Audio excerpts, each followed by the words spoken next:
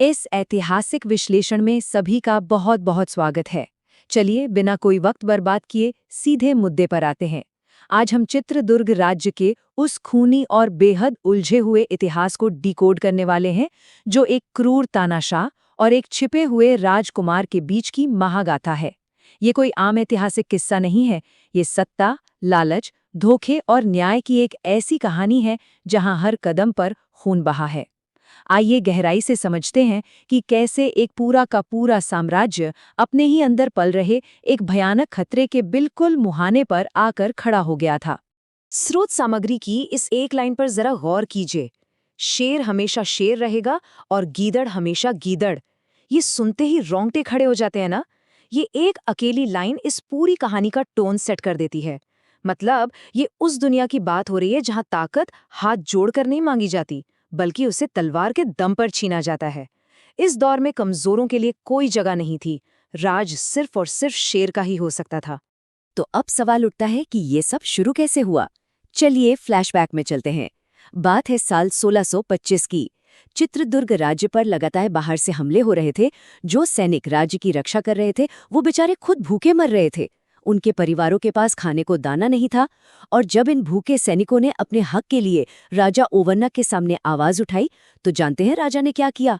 उसने बेरहमी से उन सैनिकों की आंखें निकलवा ली, बिल्कुल सच में। और बस यही वो चिंगारी थी जिसने पूरे राज्य को जलाकर रख दिया। इसी भयानक क्रूरता का बदला लेने के लिए मुदन्ना नाम के एक कमांडर ने बगावत कर दी और भरी राजसभा में राजा ओवन्ना का सिर धड़ से अलग कर दिया। अब इस पूरी पॉलिटिक्स को ठीक से समझने के लिए हमें एक खास टर्म को समझना होगा, नायक या दलवई। असल में ये शाही सेना का सबसे बड़ा कमांडर होता है। लेकिन पते की बात यह है कि अक्सर गद्दी पर बैठे राजा के पीछे की जो असली पावर होती है ना, वो इसी नायक के हाथ में होती है। यही वजह थी कि मुदन्ना जैसे कमांडर ने अपनी इसी ताकत का फायदा उठाया, कठपुतली राजाओं को गद्दी पर बिठाया और धीरे धीरे पूरे राज्य को अपनी मुट्ठी में कर लिया। मुदन्ना का कैरेक्टर ना बड़ा ही दिलचस्प है। इसके दो बिल्कुल अलग पहलू हैं। एक तरफ वो हीरो मुदन्ना है जिसने अंधी की गई सेना का बदला लिया और उन्हें न्याय दिलाया। लेकिन दूसरी तरफ वही मुदन्ना सत्ता के नशे में चूर होकर एक खूंखार तानाशाह बन जाता है। खजाने के लालच में वो बेगुनाह राजाओं का कत्ल करने लगता है और गरीब जनता को बुरी तरह लूटने लगता है। मतलब ये उस पुरानी कहावत का एकदम परफेक्ट उदाहरण है कि एक विद्रोही जो दूसरों के हक के लिए लड़ता है, वो अगर ज्यादा लंबा जी ले तो खुद सबसे बड़ा विलन बन जाता है। राज्य की हालत कितनी खराब थी, इसका अंदाजा इसी बात से लगा लीजिए कि गांव ने लगातार 2 सालों तक भयंकर सूखे का सामना किया था। सोचिए, बारिश की एक बूंद नहीं, खेत बंजर हो चुके हैं, किसानों के पास खाने को कुछ नहीं है। लेकिन इस भयानक स्थिति में भी मुदन्ना के सैनिक जबरन उन भूखे किसानों से भारी टैक्स और अनाज वसूल रहे थे। क्रूरता और लालच की इससे बड़ी मिसाल और क्या ही हो सकती है। और कहानी का नया अध्याय, गुप्त राजकुमार का उदय।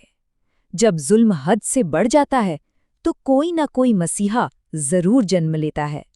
राजमहल से बहुत दूर एक आम से पहलवानी अखाड़े में पला बढ़ा एक नौजवान है, वर्मा। बेहद ताकतवर और निडर।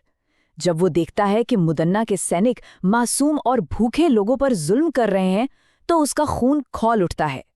उसने इस सिस्टम को तोड़ने की ठान ली। उसका तरीका एकदम सटीक और बिल्कुल रॉबिनहुड वाला था। स्टेप 1, रात के अंधेरे में चेहरे पर नकाब बांधकर मुदन्ना के टैक्स वसूलने वाले सैनिकों पर हमला करना। स्टेप 2, लूटा गया सारा अनाज और खजाना वापस छीनना। और स्टेप 3, वो सब ले जाकर वापस उन भूखे ग्रामीणों में बांट देना। बिना अपनी पहचान बताए वर्मा ने मुदन्ना की सप्लाई चेन की पूरी तरह से कमर तोड़कर रख दी थी। अब ये तो साफ है कि मुदन्ना भी कोई कच्चा खिलाड़ी नहीं था। उसने इस छिपे हुए विद्रोही को बाहर निकालने के लिए एक खौफनाक जाल बिछाया, एक जानलेवा टूर्नामेंट, जिसे क्रीड़ा उत्सव नाम दिया गया। और यहाँ से कहानी पहुंचती है अपनी सबसे धमाकेदार क्लाइमैक्स पर। एक के बाद एक ऐसे ट्विस्ट आते हैं जो किसी के भी होश उड़ा दें। जरा ध्यान दीजिएगा। सबसे पहले राजकुमारी सीता, जो असल में वर्मा पर नजर रखने के लिए मुदन्ना की जासूस थी, वो वर्मा की सच्चाई देखकर उससे प्यार कर बैठती है और अपनी पार्टी बदल लेती है। दूसरा बड़ा झटका मुदन्ना को खुद उसकी पत्नी देती है, जो सबके सामने उसके लालच और खूनी खेल का पर्दाफाश कर देती है। इधर टूर्नामेंट में वर्मा मुदन्ना के क्रूर छोटे भाई का सिर धड़ से अलग कर देता है और सबसे बड़ा सस्पेंस, अखाड़े के गांव में एक आम औरत की तरह रहने वाली कनकम्मा ये राज खोल देती है कि वो कोई और नहीं बल्कि पूर्व रानी है, जिसका सीधा मतलब था कि वर्मा ही इस राज्य का असली वारिस है। राजनीति की पूरी बिसात बस एक पल में पलट चुकी थी। क्लाइमैक्स से ठीक पहले के उस भयंकर तनाव को ये एक डायलॉग पूरी तरह से बयां कर देता है।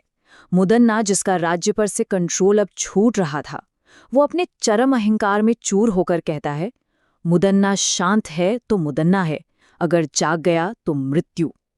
ये महज एक डायलॉग नहीं था, ये उसकी वो खौफनाक चेतावनी थी जो दिखाती है कि वो खुद को मौत का देवता समझने लगा था। सच तो ये है कि उसकी हार की नींव उसके इसी घमंड ने रख दी थी। लेकिन फिर वो ऐतिहासिक पल आता है जब असली वारिस के हाथ में तलवार आती है। राजा रंगप्पा आधिकारिक तौर पर वर्मा को राज्य का प्रधान नायक यानी मुख्य सेनापति घोषित कर देते हैं। अब ये लड़ाई किसी गुमनाम विद्रोही और तानाशाह के बीच की नहीं थी, अब ये बराबरी की टक्कर थी। और आखिरकार इस निर्णायक महायुद्ध में वर्मा ने उस खूंखार मुदन्ना को उसी के जाल में बुरी तरह मात देकर उसका अंत कर दिया और महल को हमेशा के लिए उस दुष्ट के चंगुल से आजाद करा लिया।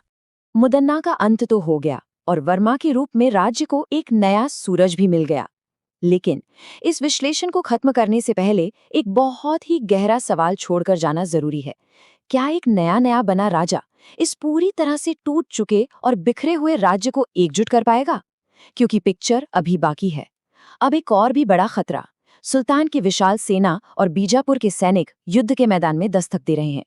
क्या चित्रदुर्ग इस नए तूफान का सामना कर पाएगा? इसी रोमांचक सवाल के साथ हमारा आज का ये विश्लेषण यहीं समाप्त होता है। इतिहास के इन पन्नों को पलटने की ये यात्रा आगे भी जारी रहेगी।